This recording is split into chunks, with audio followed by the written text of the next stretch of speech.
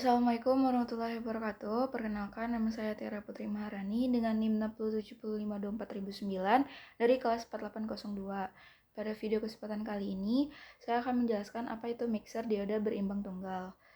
Sebelumnya, perlu kita ketahui bahwa mixer adalah suatu rangkaian atau subsistem yang memiliki dua input frekuensi, yaitu frekuensi 1 dan frekuensi 2, dengan mempunyai satu output frekuensi, yaitu F1 dikurang F2 dan F1 ditambah F2, yang berfungsi untuk mengalihkan sinyal atau dengan kata lain mixer.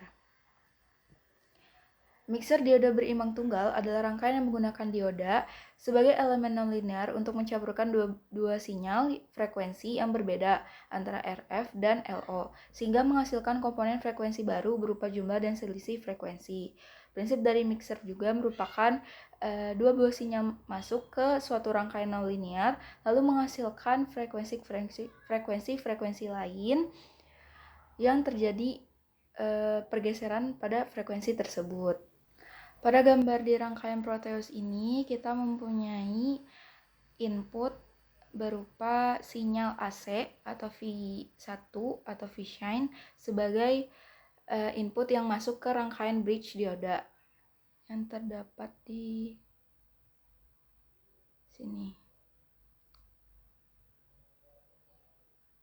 Lalu, di 4 dioda disusun seperti jembatan sehingga bekerja sebagai elemen nonlinear sekaligus saklar cepat ketika sinyal berubah-ubah. Dioda akan bergantian on ataupun off sehingga terjadi proses pencampuran atau mixing sinyal di dalamnya. Kemudian hasilnya diambil pada sisi output yang terhubung ke resistor beban atau R1 dengan nilai 10K ohm dan ground. Sementara untuk osiloskop dihubungkan ke beberapa titik untuk menampilkan bentuk gelombang yang terlihat sudah tidak sinus murni karena mengandung hasil penyerahan sekaligus komponen frekuensi baru. Rangkaian ini disebut mixer dioda berimbang tunggal karena konfigurasi jembatan tersebut hanya menyeimbangkan sebagai sinyal sehingga masih ada komponen sinyal yang lurus ke output. Bentuk sinyal yang terlihat pada osiloskop di rangkaian ini menunjukkan hasil dari proses mixing oleh dioda, yang dimana gelombang atas yang berwarna kuning tampak seperti sinus yang sudah dipotong dan menjadi menyerupai gelombang full wave rectified atau penyearahan gelombang penuh. Karena dioda bridge membalik bagian negatif menjadi positif, sehingga semua puncak berada di atas garis nol.